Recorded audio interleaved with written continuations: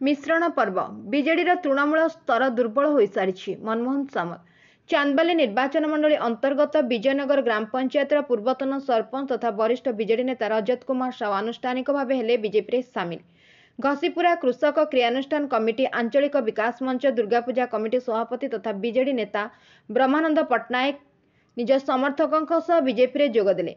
राज्य सभापति श्री मनमोहन सामल पूर्वतन सांसद सिद्धांत महापात्र नूतन सदस्यों को स्वागत जणाइथिले। आज राज्य कार्यालय अनुष्ठित मिश्रण पर्व में भद्रक जिला चांदबाली निर्वाचन मंडली अंतर्गत विजयनगर ग्राम पंचायत पूर्वतन सरपंच तथा स्थानीय वरिष्ठ बीजेडी नेता श्री रजत कुमार साहू आनुष्ठानिक भाव बीजेपी सामिल होइचंती।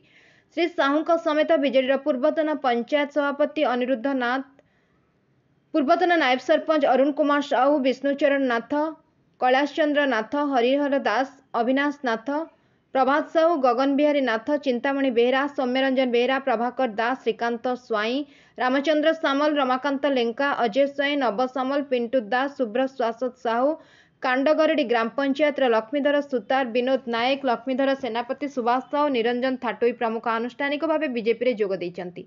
सेहीपरि केन्दुझर जिला घसीपुरा निर्वाचन मंडली कृषक क्रियानुष्ठान कमिटी आंचलिक विकास मंच दुर्गापूजा कमिटी सभापति तथा स्थानीय बीजेडी नेता श्री ब्रह्मानंद पट्टनायक निजर शताधिक समर्थकों बीजेपी जोग देइचंती। राज्य कार्यालय अनुष्ठित मिश्रण पर्व में जोगदे राज्य सभापति श्री सामल कहते जे बीजेडी तृणमूल स्तर दुर्बल हो सारी जेकोसी मुहूर्त में बीजेडी भूशुड़ी जबार संभावना सृष्टि होती। यही कारण बीजेडी प्रत्येक दिन नेतृवृंद और कार्यकर्ता माने विमुख हेले। बीजेपी बढ़ुची और जून मासरे ओडिशा रे बीजेपी डबल इंजिन सरकार गठन करने सुनिश्चित बोली राज्य सभापति श्री मनमोहन सामल कहते।